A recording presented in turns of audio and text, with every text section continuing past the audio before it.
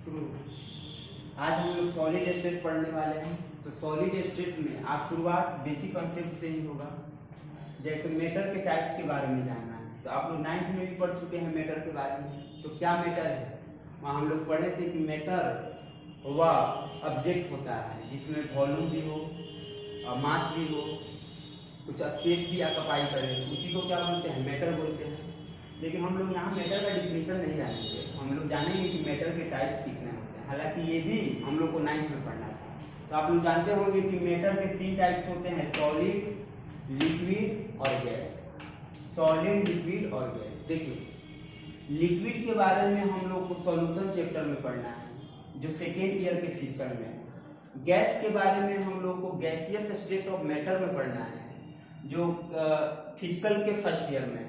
ठीक है ना, फिजिकल में का है, फर्स्ट ईयर का है। जबकि सॉलिड के बारे में हम लोग सॉलिड स्टेट में पढ़ना है, और सॉलिड स्टेट फिजिकल का सेकेंड ईयर का चैप्टर है। तो हम लोग फोकस करेंगे सॉलिड पे। तो आइए पहले जान लेते हैं कि सॉलिड है क्या। तो कहा जाता है कि सॉलिड मैटर का वह स्टेट होता है जिसमें कंस्टिट्यूएंट पार्टिकल एक दूसरे के काफी क्लोज होते हैं। इसके बारे में भी आप लोग भली भांति 9th में पढ़ चुके हैं कि सॉलिड में जो कंस्टिट्यूएंट पार्टिकल होते हैं, कंस्टिट्यूएंट पार्टिकल मतलब समझ रहे हैं, ये पार्टिकल जो दिखाई दे रहा है इसी को तो कंस्टिट्यूएंट पार्टिकल बोलते हैं। कंस्टिट्यूएंट पार्टिकल मतलब जिससे बना हो। तो ये सॉलिड देख रहे हैं, ये सारे पार्टिकल से मिलकर बना हुआ है, तो यही क्या कहलाएगा, इस सॉलिड का कंस्टिट्यूएंट पार्टिकल। तो सॉलिड में जो कंस्टिट्यूएंट पार्टिकल होते हैं ये काफी क्लोज होते हैं, एक दूसरे के ये काफी क्लोज होते हैं। जबकि लिक्विड में थोड़ा डिस्टेंस पे होते हैं, लिक्विड में थोड़ा डिस्टेंस पे होते हैं, जबकि गैस में और ज्यादा डिस्टेंस पे होते हैं। तो जरा सोचिएगा, जब सॉलिड में ये कंस्टिट्यूएंट पार्टिकल एक दूसरे के काफी क्लोज होते हैं, तो जब एक दूसरे के काफी क्लोज होंगे तो यहाँ इंटरमोलिक्यूलर स्पेस, जानते हैं दो पार्टिकल के बीच का जो डिस्टेंस होता है उसे इंटरमोलिक्यूलर स्पेस बोलते हैं। क्या बोलते हैं, इंटरमोलिक्यूलर स्पेस बोलते हैं। तो सॉलिड में जो इंटरमोलिक्यूलर स्पेस होगा वो बहुत ही कम होगा, किसके कंपेयर में, लिक्विड के कंपेयर में, गैस के कंपेयर में। और अगर हम बात करें लिक्विड और गैस का, तो सबसे ज्यादा इंटरमोलिक्यूलर स्पेस किसमें होगा, गैस में होगा। अब समझ में आ रहा है, दो पार्टिकल के बीच के डिस्टेंस को इंटरमोलिक्यूलर स्पेस बोलते हैं। सॉलिड में कंस्टिट्यूएंट पार्टिकल एक दूसरे के काफी नजदीक होते हैं, इसके अपेक्षा लिक्विड में थोड़ा और डिस्टेंस पे होते हैं और दूरी पे होते हैं, और गैस में बहुत ज्यादा दूरी पे होते हैं। तो इस प्रकार देखा जाए तो सॉलिड में जो कंस्टिट्यूएंट पार्टिकल होंगे उनके बीच का डिस्टेंस बहुत ही कम होगा, इससे ज्यादा लिक्विड में होगा और इससे ज्यादा गैस में होगा। ठीक है ना। दूसरी बात, आप लोग जानते होंगे कि इंटरमोलिक्यूलर स्पेस जब कम होता है तो इंटरमोलिक्यूलर फोर्स ज्यादा लगता है, डिस्टेंस कम होगा तो फोर्स ज्यादा लगेगा। तो इस प्रकार देखा जाए तो सॉलिड में इंटरमोलिक्यूलर फोर्स बहुत ज्यादा लगेगा क्योंकि यहाँ डिस्टेंस कम है, इसके अपेक्षा थोड़ा कम लिक्विड में होगा क्योंकि यहाँ डिस्टेंस ज्यादा ना है। तो जैसे जैसे डिस्टेंस इंक्रीज करेगा वैसे वैसे इंटरमोलिक्यूलर फोर्स भी डिक्रीज करेगा। तो ये तो रहा सॉलिड, लिक्विड और गैस में इंटरमोलिक्यूलर स्पेस और इंटरमोलिक्यूलर फोर्स के बारे में। आइए हम लोग जान लेते हैं प्रॉपर्टी ऑफ सॉलिड, मतलब सॉलिड की क्या प्रॉपर्टी होते हैं। तो देखिए, सॉलिड की क्या प्रॉपर्टी, इसके बारे में भी हम लोग 9th 10th में ऑलरेडी पढ़ चुके हैं, बस हम रिवीजन करा दे रहे हैं। ठीक है ना। आप लोग जानते होंगे कि सॉलिड का जो शेप होता है, वॉल्यूम होता है, वह डिफिनिट होता है। डिफिनिट का मतलब जैसे ये मार्कर है, तो मार्कर का शेप कुछ ना कुछ है, तो ऐसा थोड़ा है कि 2 घंटे के बाद इस मार्कर का शेप बदल जाएगा। तो सॉलिड, जो भी सॉलिड है उसका शेप क्या होता है, डिफिनिट होता है। कोई भी सॉलिड आप देख लीजिएगा, ये बोर्ड है, रेक्टेंगुलर है, ऐसा थोड़ा होगा कि 2 घंटे के बाद सर्कुलर हो जाएगा या स्क्वायर हो जाएगा, ऐसा नहीं है। तो वही बात है, सॉलिड, कोई भी सॉलिड हो उसका शेप डिफिनिट होता है, वॉल्यूम भी डिफिनिट होता है।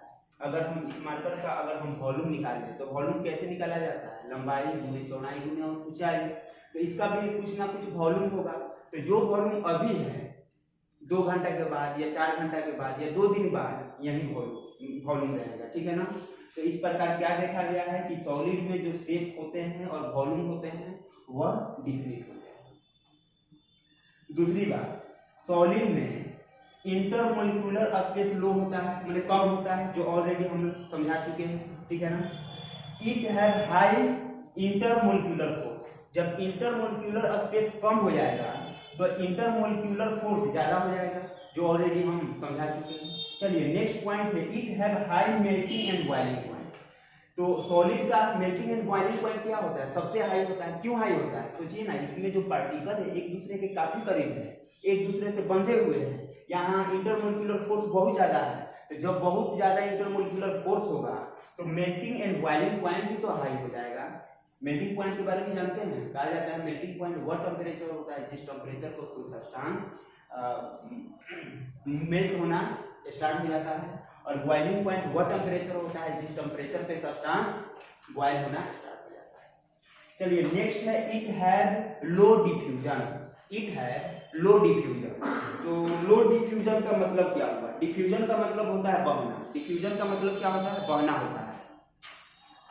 तो सॉलिड में जो कंस्टिट्यूएंट पार्टिकल होते हैं ना, उसके पास लो डिफ्यूजन होता है, बहुत कम डिफ्यूजन होता है। देखिए 100% कोई भी चीज सही नहीं होता है।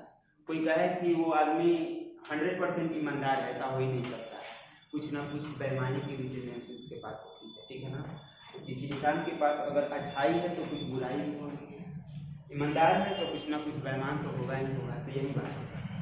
तो सॉलिड में जो कंस्टिट्यूएंट पार्टिकल होते हैं तो बहुत कम डिफ्यूज करते हैं, लेकिन अगर बात करें लिक्विड की तो इसमें डिफ्यूजन सॉलिड की अपेक्षा बहुत ज़्यादा होता है। अगर हम बात करें गैस का तो इसमें डिफ्यूजन लिक्विड की अपेक्षा बहुत ज़्यादा होता है, ठीक है ना। तो सबसे कम डिफ्यूजन किसमें होता है? सॉलिड में। और वही चीज़ हम यहाँ लिखा है, ठीक है ना। एक एग्जाम्पल द्वारा स्पष्ट करते हैं, जैसे लिक्विड वाटर ले लीजिए और वाटर में इंक का एक बूंद रखिए, इंक का एक बूंद रखना है। देखिएगा ये इंक धीरे धीरे फैलना स्टार्ट कर देता है, मतलब क्या होगा? यहाँ डिफ्यूजन हो रहा है, ठीक है ना। तो लिक्विड में डिफ्यूजन बहुत ज़्यादा होता है। अगर गैस की बात करें, यहाँ परफ्यूम हम लोग स्प्रे करते हैं तो इसका सुगंध पूरे क्लासरूम में फैल जाता है, तो गैस का डिफ्यूजन बहुत ज़्यादा होता है, ठीक है ना। तो खैर हम लोग सॉलिड की बात कर रहे हैं तो सॉलिड में डिफ्यूजन बहुत कम होता है। और दूसरा है फ्लेक्सिबिलिटी। फ्लेक्सिबिलिटी का हिंदी होता है लचीलापन, ठीक है ना। जैसे ये मार्कर है तो ये थोड़ो मतलब फ्लेक्सिबल थोड़ो है जी, इसको थोड़ो हम लोग मोड़ सकते हैं, नहीं ना मोड़ सकते हैं, इसलिए कहा जाता है कि सॉलिड के पास लो फ्लेक्सिबिलिटी होता है। हाँ, एक सॉलिड है जिसमें फ्लेक्सिबिलिटी होता है, जिसका नाम है रबर सॉलिड है, लेकिन वो फ्लेक्सिबल होता है, आराम से उसको मतलब मोड़ सकते हैं, ठीक है ना। तो जानते हैं ऐसे सॉलिड को हम लोग स्यूडो सॉलिड कहते हैं। मैंने जिस सॉलिड के पास सॉलिड का प्रॉपर्टी नहीं हो, सॉलिड का यही ना प्रॉपर्टी होता है जिसके पास फ्लेक्सिबिलिटी बहुत कम हो, लेकिन रबर सॉलिड है लेकिन इसके पास फ्लेक्सिबिलिटी बहुत ज़्यादा है, तो इसलिए रबर को हम स्यूडो सॉलिड कहते हैं। स्यूडो एक नाम है, स्यूडो पी साइलेंट है, स्यूडो का मतलब झूठा होता है, यानी इसके पास सॉलिड का प्रॉपर्टी नहीं। तो ये रहा बेसिक कंसेप्ट, ठीक है ना। अब हम लोग फिर आगे, तो अब हम लोग टाइप्स ऑफ सॉलिड के बारे में पढ़ेंगे, ठीक है ना। सॉलिड के कितने प्रकार होते हैं? अभी तक हमने क्या जाना? सॉलिड क्या है, सॉलिड की प्रॉपर्टी क्या है। अब हम लोग को जानना है कि टाइप्स ऑफ सॉलिड कितने हैं। तो सॉलिड के दो टाइप्स होते हैं, एक को बोला जाता है क्रिस्टलाइन सॉलिड, क्रिस्टलाइन सॉलिड का ही दूसरा नाम है ट्रू सॉलिड, और दूसरा का बोला जाता है नॉन क्रिस्टलाइन सॉलिड, और नॉन क्रिस्टलाइन सॉलिड का दूसरा नाम एमरफस सॉलिड होता है, या इसे स्यूडो सॉलिड के नाम से भी जानते हैं, और इसी का चौथा नाम होता है सुपर कोल्ड सॉलिड। हम बता रहे हैं कि इन दोनों के नाम के पीछे क्या रीजन है। जैसे अभी हम कुछ देर पहले एग्जांपल दिए थे रबर का, ठीक है ना। तो रबर के पास सॉलिड का प्रॉपर्टी नहीं, ठीक है ना। रबर फ्लेक्सिबल नहीं होनी चाहिए, ठीक है ना, क्योंकि सॉलिड फ्लेक्सिबल नहीं होता है, तो इस आधार पे रबर को स्यूडो सॉलिड कहा जाता है। कांच का नाम सुने हैं ग्लास, तो ग्लास जो होता है खिड़की में जो ग्लास लगता है, तो एक देखिएगा 6 महीना के बाद जो टॉप वाला हिस्सा होता है वहां से मॉलिक्यूल शिफ्ट होके बॉटम वाले हिस्से पे आ जाते हैं, यानी ग्लास एक ऐसा सॉलिड है जिसमें पार्टिकल का डिफ्यूजन होता है। तो बताइए, तो अभी हम कुछ देर पहले बताए हुए थे कि सॉलिड में डिफ्यूजन नहीं होता, बहुत कम होता है, लेकिन ग्लास एक ऐसा सॉलिड है जहाँ डिफ्यूजन बहुत ज़्यादा होता है, लिक्विड की तरह होता है। तो जितना भी खिड़की का ग्लास का जो खिड़की होता है उसमें देखिएगा 6 महीने के बाद वो खिड़की थोड़ा ढीला हो जाता है। रीजन यही है क्योंकि टॉप का ग्लास का जो टॉप पार्ट है वहाँ का मॉलिक्यूल शिफ्ट होके बॉटम पार्ट पे आ जाता है, तो बॉटम वाला थोड़ा मोटा हो जाता है, टॉप वाला थोड़ा पतला हो जाता है। तो ये तो प्रॉपर्टी लिक्विड का होना हुआ, इसलिए ग्लास को हम लोग सुपर कूल्ड, सॉलिड नहीं, यहाँ लिक्विड होगा, सुपर कूल्ड लिक्विड बोलते हैं। क्या बोलते हैं? सुपर कूल्ड लिक्विड बोलते हैं। ठीक है, तो ये समझ में आ गया। नॉन क्रिस्टलाइन को एमरफस, इसी को स्यूडो और इसी को सुपर कूल्ड लिक्विड बोलते हैं। चलिए अब हम लोग को जानना है कि क्रिस्टलाइन सॉलिड क्या है और फिर जानना है नॉन क्रिस्टलाइन सॉलिड क्या है। तो अगर हमें क्रिस्टलाइन नॉन क्रिस्टलाइन को जानना है तो हमें इसका एक पिक्चोरियल डायग्राम ड्रॉ करना होगा, ठीक है ना, तब हम लोग इसको डिफाइन कर पाएंगे।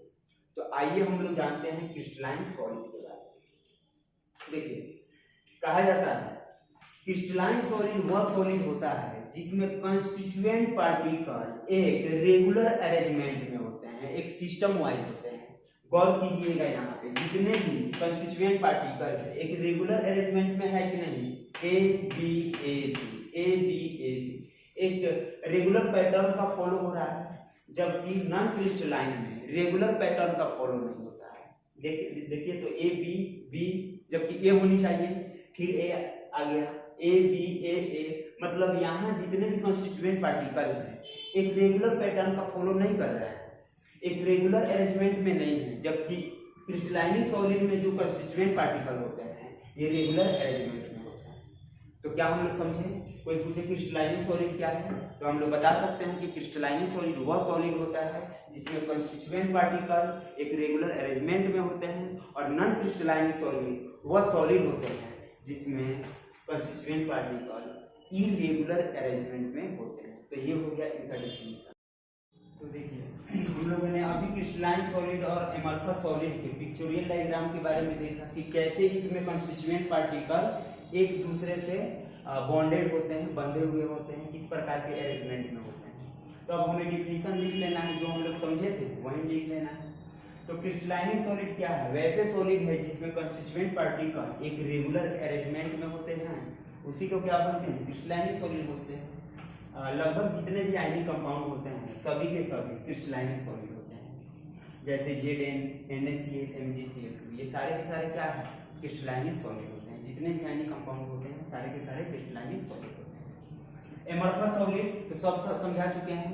एमरफस सॉलिड वह सॉलिड होता है जिसमें कंस्टिट्यूएंट पार्टिकल रेगुलर अरेंजमेंट में नहीं होते हैं, दैट इज इरेगुलर अरेंजमेंट में होते हैं। तो ऐसे सॉलिड को क्या बोलते हैं? एमरफस सॉलिड बोलते हैं।